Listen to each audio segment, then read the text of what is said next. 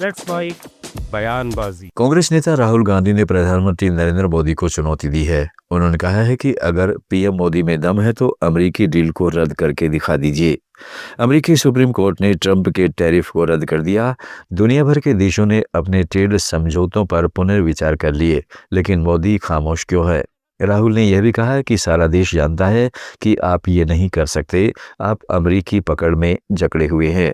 America के supreme court ने कहा कि ट्रंप ने जो टैरिफ लगाए हैं दुनिया में उनको हम रद्द करेंगे, और उन्होंने रद्द कर दिया। बाकी देशों ने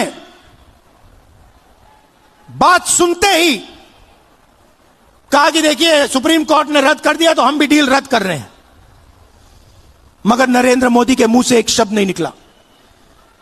मैं चैलेंज करता हूं नरेंद्र मोदी जी को, इस स्टेज से चैलेंज करता हूं। अमेरिका के सुप्रीम कोर्ट ने ट्रंप को कहा है कि आपके जो टैरिफ हैं उनको हम रद्द कर रहे हैं। मैं चैलेंज करता हूं नरेंद्र मोदी को कि आप हिंदुस्तान और यूएस की डील को रद्द करके दिखा दीजिए। दम है तो करके दिखा दीजिए। ये नहीं कर सकते हैं। बीजेपी के कार्यकर्ताओं, मैं आपको बता रहा हूं, ये नहीं कर सकते हैं, क्योंकि इन पर अमेरिका का, ट्रंप का दबाव है। ये नहीं कर सकते हैं क्योंकि एप्स्टीन की धमकी है, और अदानी का जो क्रिमिनल केस है वो इनके सिर के ऊपर लटका हुआ है। हिंदुस्तान को धोखा दिया है, यह सच्चाई है। शंकराचार्य स्वामी अभिमुक्तेश्वरानंद सरस्वती ने सत्ता पक्ष पर गंभीर आरोप लगाया है। उन्होंने कहा, सत्ता पक्ष ने संवैधानिक पदों, विश्वविद्यालयों के कुलपतियों और संस्थानों में अपने करीबियों को बिठा रखा है। अब उसी क्रम में शंकराचार्य की पवित्र गद्दी पर भी अपने व्यक्ति को बैठाने का प्रयास किया जा रहा है। स्वामी ने चेतावनी दी कि यह परंपरा और धर्म की स्वतंत्रता पर हमला है। शंकराचार्य की पीठ ही इस समय पूरे भारत में बची हुई है, जिस पर अभी सत्ता पक्ष का कोई व्यक्ति नहीं बैठ पाया है। अभी तक सनातन धर्म का मानने वाला, पालन करने वाला व्यक्ति ही शंकराचार्य पीठ पर है।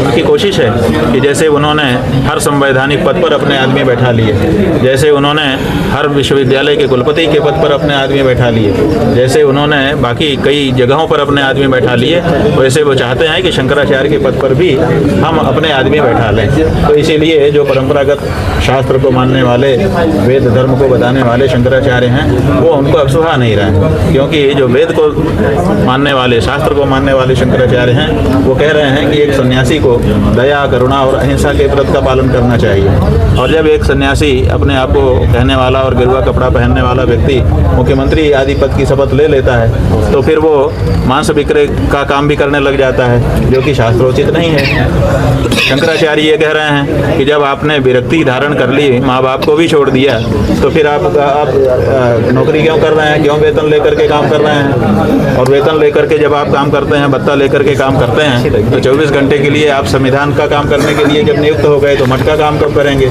तो ये जो प्रश्न है मूलभूत, इन प्रश्नों को शंकराचार्य उठा रहा है, इसीलिए शंकराचार्य उनको नहीं सुहा रहा है। शंकराचार्य ये कह रहा है कि गौ हमारी माता है, उसकी रक्षा होनी चाहिए, गौ हत्या करने वालों को हतोत्साहित किया जाना चाहिए, और इसके लिए कानून बनाया जाना चाहिए। वो आप बनाना नहीं चाहते हो। आप लोगों के माध्यम से अब सर्वविदित है कि गौ हत्यारों से चंदा लिया जा रहा है, तो ये सब हिंदू धर्म के अनुरूप नहीं है। ये बात शंकराचार्य बता रहा है, इसीलिए शंकराचार्य को समाप्त करना उनका उद्देश्य बना। राजस्थान के पूर्व मुख्यमंत्री अशोक गहलोत ने एक्स पर वीडियो पोस्ट कर दौसा जिला अस्पताल के सिलिकोसिस पीड़ितों से मुलाकात का जिक्र किया। उन्होंने कहा कि मरीजों को पीड़ित नहीं माना जा रहा, उनके कार्ड ब्लॉक हैं, इलाज व सहायता रुक गई है। गहलोत ने कांग्रेस सरकार के योगदान गिनाते हुए कहा है कि 35,000 पीड़ितों को 911 करोड़ दिए। उन्होंने मौजूदा सरकार से अपील की कि तकनीकी खामियों के नाम पर रोकी सहायता तुरंत बहाल हो। 7 करोड़ का था, 7 करोड़ की इमरजेंसी चालू है। भर दिक्कत होगा कब हो एक दिन हो गए बाबा, 5 महीने गए। अच्छा, कभी ठीक है?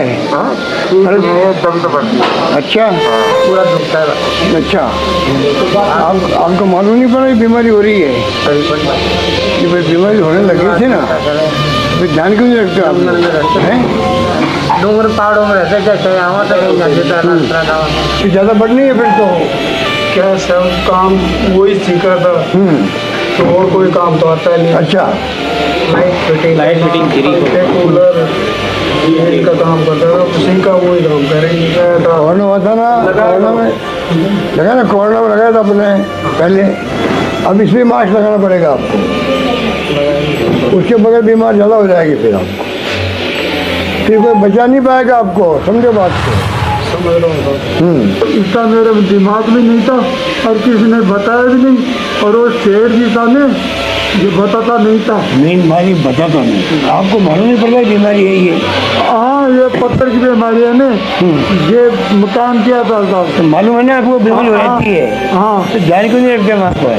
जी सर, ध्यान नहीं रखते क्या वहाँ पर काम करते हुए? वो लगाते थे मास्क, हाँ। लेकिन साहब इतना ध्यान नहीं था।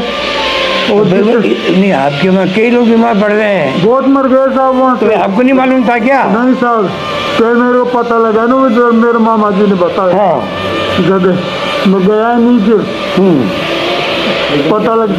लंबे टाइम तक एक्सपोजर में रहते हैं ना, तब इफेक्ट हो जाता है। हाँ, इनको मालूम है कि इतने लोग मर रहे हैं, निर्भय हो रही है औरतें वहाँ पर। नहीं, मरने के बाद पता लगने के बाद में तो मैं कभी गया ही नहीं वहाँ पे।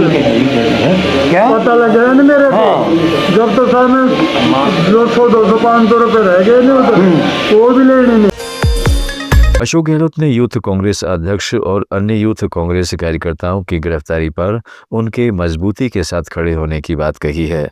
उन्होंने एक्स पर लिखा कि शांतिपूर्ण विरोध हमारी ऐतिहासिक धरोहर और हर भारतीय का लोकतांत्रिक अधिकार है।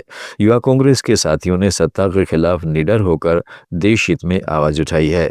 गहलोत ने कहा, जब भाजपा विपक्ष में थी तब कॉमनवेल्थ गेम्स जैसे अंतर्राष्ट्रीय आयोजनों के दौरान उन्होंने भी प्रदर्शन किए थे, पर आज वही सत्ता सच को दबाने के लिए तानाशाही और कायरता का परिचय दे रही है।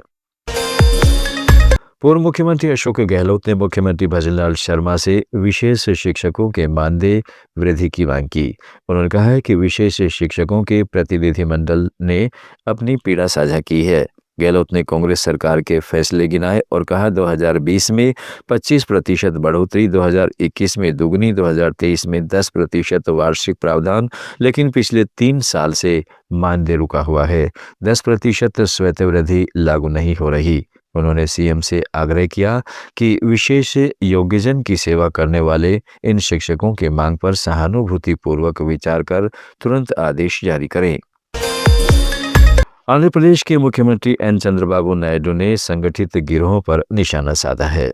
उन्होंने कहा है कि संगठित गिरोहों ने तिरुपति लड्डुओं में मिलावटी घी का इस्तेमाल करके अपवित्रता की है।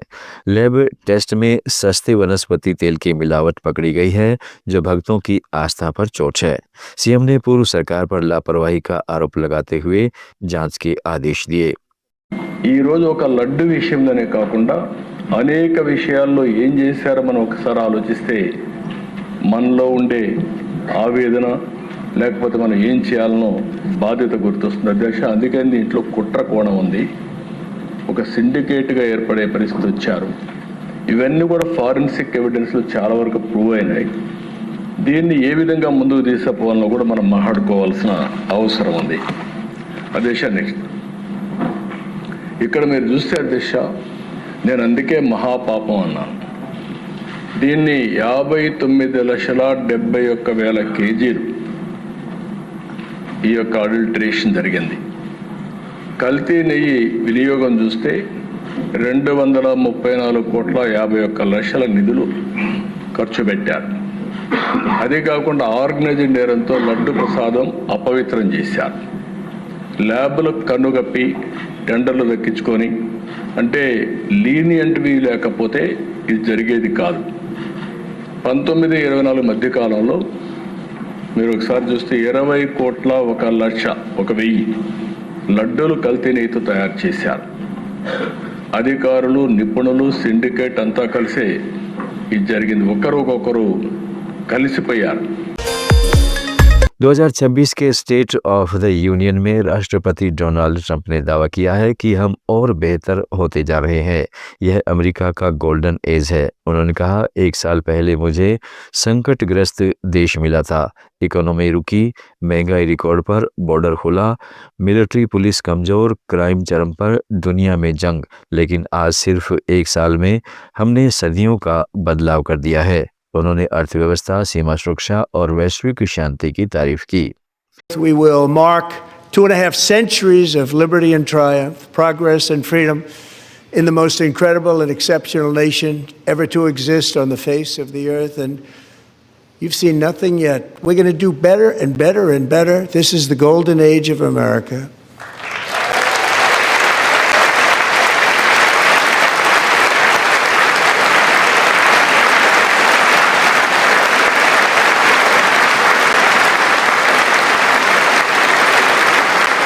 When I last spoke in this chamber 12 months ago, I had just inherited a nation in crisis with a stagnant economy, inflation at record levels, a wide open border, horrendous recruitment for military and police, rampant crime at home, and wars and chaos all over the world. But tonight, after just 1 year, I can say with dignity and pride that we have achieved a transformation like no one has ever seen before, and a turnaround for the ages. It is indeed a turnaround for the ages.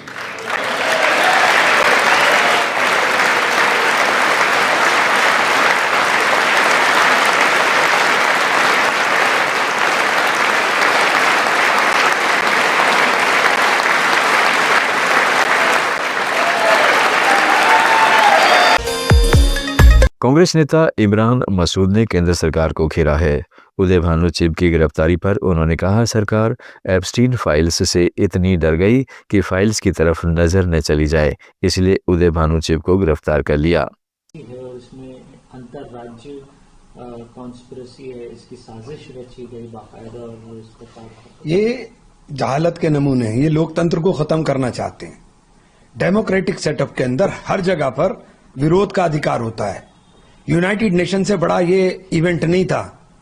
United nation में proper एक जगह दी गई है जहां आप अपना विरोध प्रदर्शन कर सकते हैं, और जब पूरी दुनिया के राष्ट्राध्यक्ष इकट्ठे होते तब होता है, और विरोध करना हमारा अधिकार है।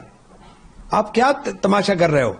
आप एप्स्टीन फाइल से इतना डर गए कि एप्स्टीन फाइल की तरफ नजर ना चली जाए, आप उदय भानु चिब को गिरफ्तार कर लिया। ये डरी हुई सरकार है, ये सहमी हुई सरकार है।